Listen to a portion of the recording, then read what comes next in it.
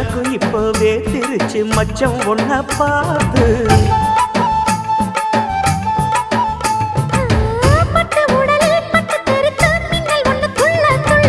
வெக்கம் துடிக்க விளக்கணைக்க ஜன்னல் கண்ணை மூடிக்கொள்ள 10 நாள் கழிச்சு தாண்டி கதவை திறக்கணும்